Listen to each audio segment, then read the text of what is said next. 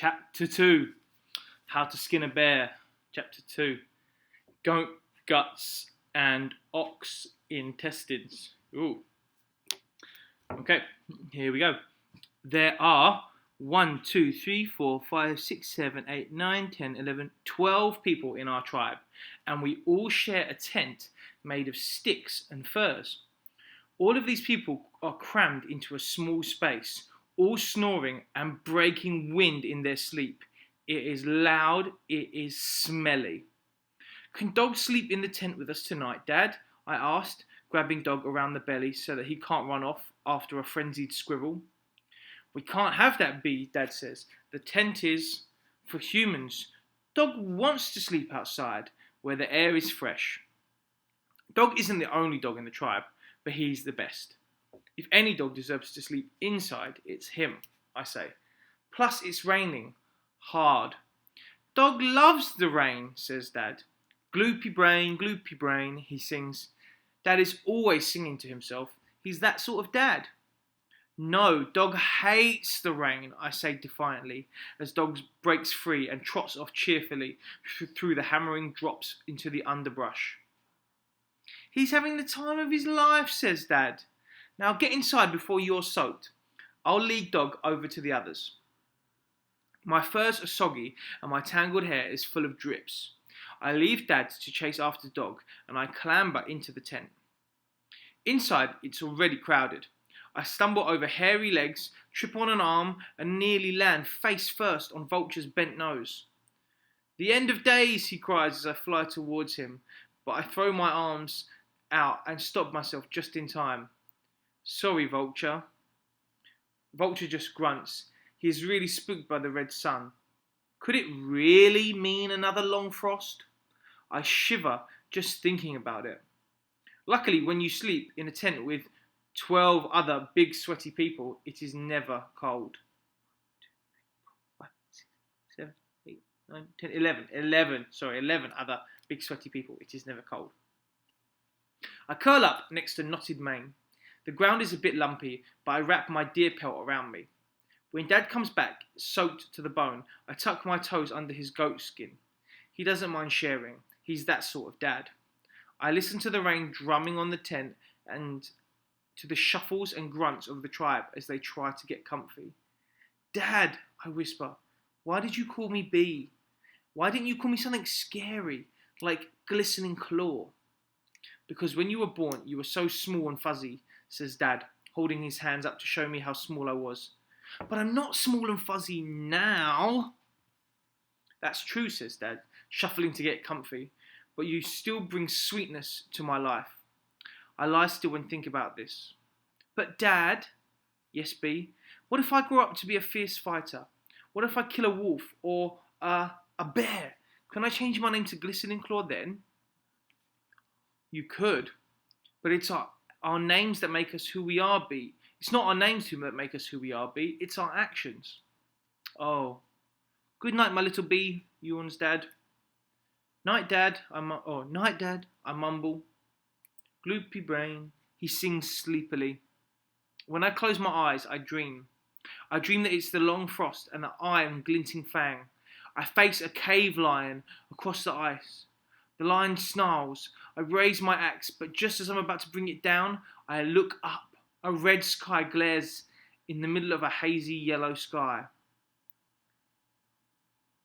I wake up to darkness and snores and pattering rain.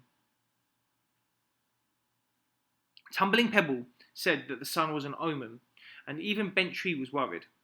But the elders have done the ritual now, a dance, a song, and a procession. If that doesn't keep the sky spirits happy, nothing will. In my mind, I squeeze the picture of the red sun between my fingers until it bursts like a pimple. Soon I'm drifting off to sleep again. I'm woken by a blast of cold air. I sit bolt upright. That's not right. The tent is never cold. I mean, never. Not even in the depths of winter, with snow piled up knee-deep outside. The rain drums so hard on the roof, it's like the sky spirits are pelting us with stones. The tent creaks and shudders.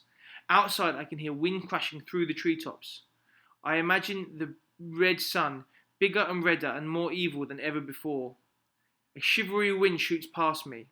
I hear a flap snap sound, then one of the furs covering the tent flies off.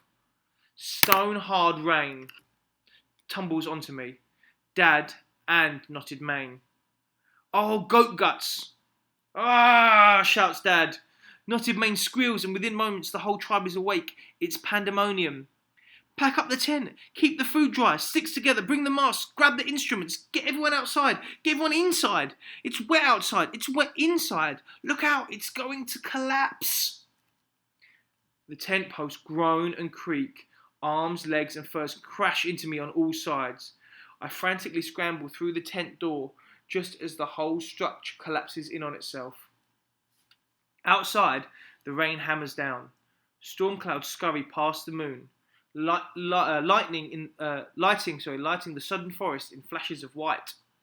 The muddy ground slimes between my toes. I can't see where I'm treading. Ouch! Ah! I cry as I step on splintering sticks and sharp stones. The air is full of sound. Fetch the dogs, someone shouts. Leave the dogs, someone else shouts. No way am I going to leave Dog in all of this. I skid over the slushy ground towards the howling pack. Dog! I bellow. Bee calls a worried voice. Bee calls a worried voice. It's Dad. Honey Bee! Dad! I call. I have to find Dog. He'll find us, Bee. Come this way. There is a warm, safe cave. It's not far. I'm not listening. Dog! I bellow. Where are you? I trip and land in the mud. I don't know which way I'm facing. Treetops bend and wave as if they're beckoning me. Bee, you have to stay with the tribe, calls Dad. His voice seems further away. I hear a howl echoing in the distance. Moonlight floods the forest in front of me. Less than 5 paces away, I can see the dogs crowded together under a tree. Crowded together under a tree. I scan the heavy, heaving, furry bodies. Dog! I call. There he is. His grey coat shines silver. His great coat shines silver with rainwater, and he's fighting through the crowd of frantic mutts, desperately looking for a way to escape the chaos. Bee! Dad's voice is so faint now I can hardly hear him. I'm coming, I yell. Come on, Dog, good boy. I run towards him, but he doesn't hear me over the noise and commotion of the other dogs. I race towards the terrified pack, but I am too late. Dog bolts. Dog, I shout. Dog yelps and disappears into the darkness. Bee! Yells Dad. I have to go back, but I can't leave Dog. What do I do? Lightning zigzags through the sky, so close that I can feel the air tingle. With a mighty crack, it strikes a tree. Suddenly, the whole thing is burning. It burns with a bright yellow grin, like a vengeful sky spirit come down to earth. Oh, goat guts and ox intestines! In my head, pictures run round and round like the herd of deer. Dogs lost in the rain.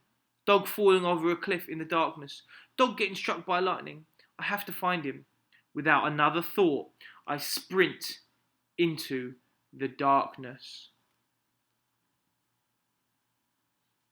That's the end of chapter 2. Something pretty terrible happened in that chapter. Oh my goodness.